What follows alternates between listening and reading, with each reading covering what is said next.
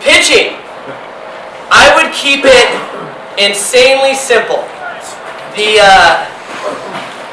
As I'm sitting here helping run a youth baseball company that charges people to teach them a game, and we have programs that go all year round, I would say make sure there is a dialogue. Are you playing for anybody else? Are you being coached by anybody else? What do you know about pitching? What have you been working on? The best way to get just those type 1 personalities that all pitchers have to some level, because they're out on an island, right? They're in front of everybody. You want to make sure that they know you have their back. And you want to know about them as a person, and you want to know what they know already, without saying, you're doing this, you're on my staff. Now, we're all adults, 3, 4, 5 times as old as these little kids, right? But we don't know what they've been told. And so I would keep it very simple, and I would always remember that you're going to have different personalities for each pitcher. I would keep it insanely simple. You need to throw the first 3 pitches, 2 of them have to be strikes.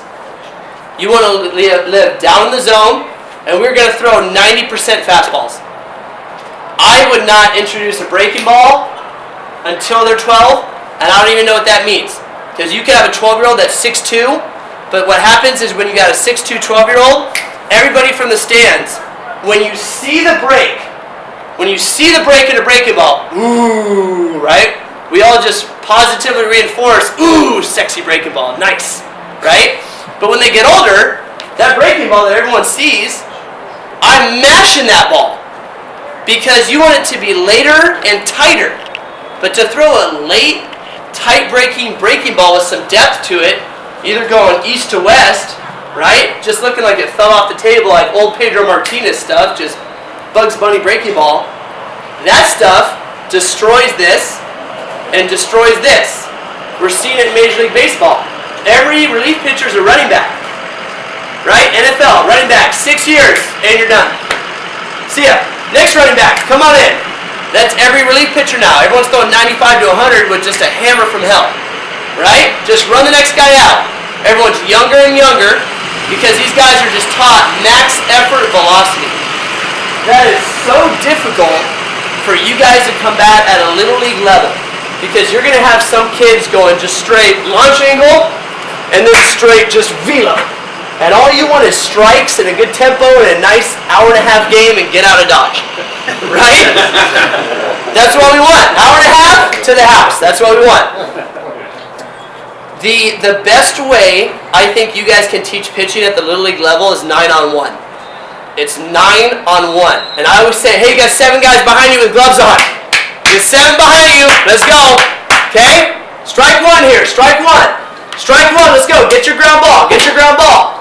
Throw strikes. Like no kidding. Right? We went over kind of the different approaches. You can, take your glove off. You can use it for balance and momentum. We could sit here for hours, talk about balance drills. That's all stuff you guys can research, take a look at, talk about later. But as far as a head coach teaching young kids how to pitch, I would always say these are the things. You got to go location first. It's always location, right? Then it's movement, then it's velocity for me. That's how I would try to teach it. Because these guys are getting older, they're going to get stronger. So I would not touch velocity. I would get these guys to understand that you need to throw strikes and don't be afraid of contact.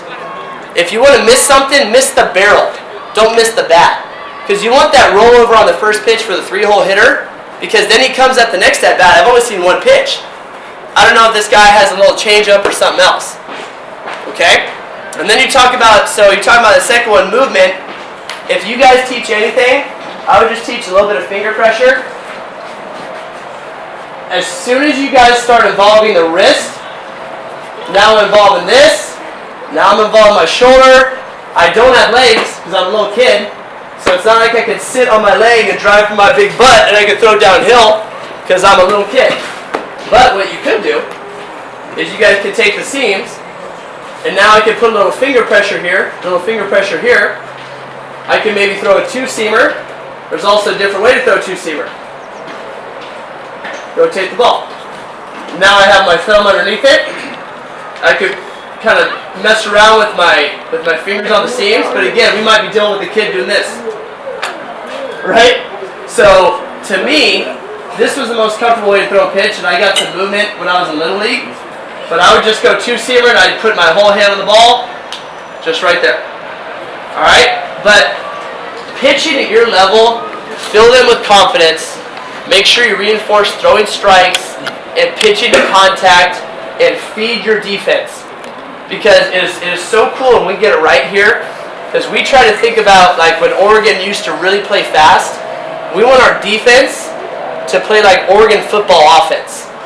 Just go, like you're ambushing people, like you're just not ready on your heels. So we have like 9 guys just hopping, or 7 guys hopping behind the pitcher, ready to go, flying around. Like when we step off to throw to first base, 8 guys stand up and all shift that way. It looks really cool when you do that. And you guys can do that at the Little League level if you have a 9-on-1 philosophy.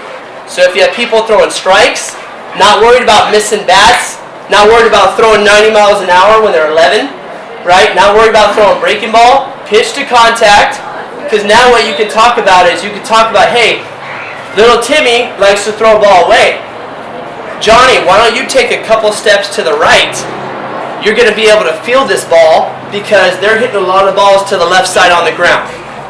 Okay? So as far as pitching and catching, guys, keep it insanely simple. Throw strikes because defense tough. How tough is it to play catch at that level? It's tough, right? I mean, you question your lives, I'm sure, for at least 20 minutes each day. Right? You're out there just like, dude, what the hell? Here we go! All right, I'm back. Here we go. We'll be good. All right? So just for your own sanity, too, keep it simple. Just keep it simple with the pitching and catching. Okay?